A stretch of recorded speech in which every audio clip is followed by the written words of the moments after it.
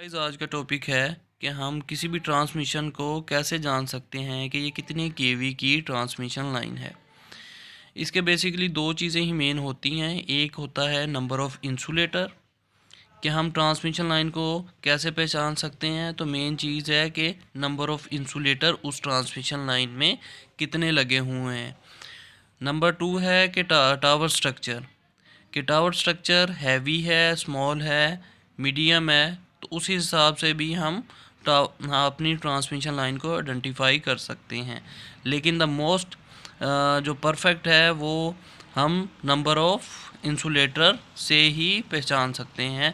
तो मैंने ये कुछ कैलकुलेशंस लिखी हुई हैं कि किसी लाइन में कितने नंबर ऑफ़ इंसुलेटर्स लगे होते हैं, तो हम क्या उसे बता सकते हैं कि ये कितने केवी की है।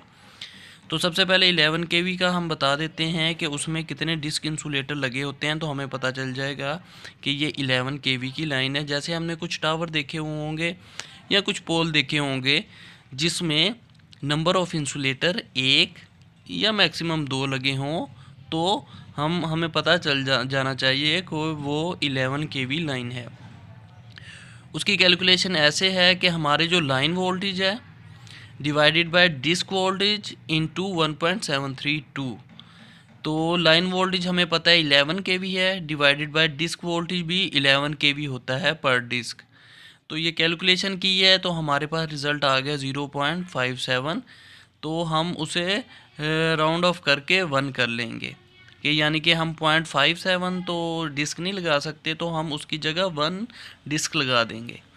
तो किसी भी पोल पे अगर 1 डिस्क लगी हो तो हमें पता चल जाना चाहिए कि ये 11 केवी है। और अगर 2 लगी हों तो हमें पता चल जाना चाहिए कि ये उधर क्लिपिंग या डेडिंग हो रही है, तो हम सेफ्टी फैक्टर उसमें ऐड कर देंगे। तो कहीं एक और दो डिस्कें भी लगी हों तो इट्स मीन वो 11 केवी लाइन होगी। तो आगे चलते हैं 33 केवी लाइन। तो 33 केवी लाइन में हमने मोस्टली देखा होगा कि सेम हमने कैलकुलेशन पहले कर लेनी है।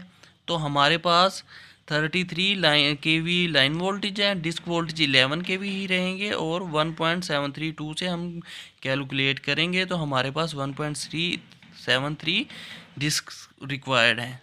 तो हम 2 डिस्क लगाएंगे और 1 जो है हम सेफ्टी फैक्टर लगाएंगे। तो 33 केवी के लिए हमें 3 डिस्क चाहिए।